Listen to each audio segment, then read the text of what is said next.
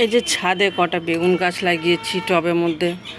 আজকে যে লঙ্কা গাছ লাগিয়েছি আর আজকে হয়তো একটু পুঁই গাছগুলো লাগাচ্ছি। তো শখ করে এই ছাদে কটা টব রেখেছি, এই দেখেন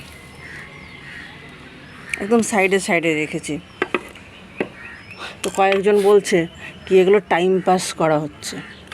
এটা মানুষ তো টাইম পাস করার জন্য অনেক কিছু করে, কেউ টিভি দেখে, কেউ ঘুরে বেড়ায়, কেউ আড্ডা মারে, আরও বিভিন্ন কিছু করে। আমি না হয় এইটাই করলাম।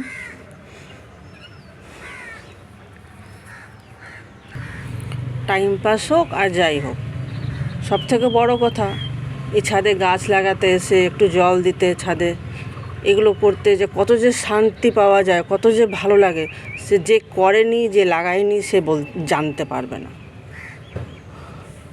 এটা হলো একটা শান্তির জায়গা।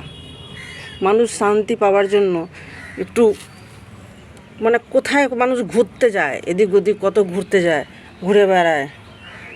আর মানুষ যে যেরকমভাবে পাক, শান্তিটা পেলেই হলো, মানে আরাম, রিল্যাক্স।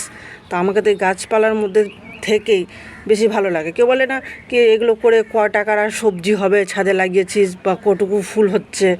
আমার সেইটা বড় কথা না, কটুকু ফুল হচ্ছে, কটুকু কী হচ্ছে, সবথেকে বড় কথা আমাকে ভালো লাগে। ভালো লাগাটা বড় ব্যাপার। ভালো লাগে এখানে আসলে একটু ঘুরতে, রিল্যাক্স লাগে।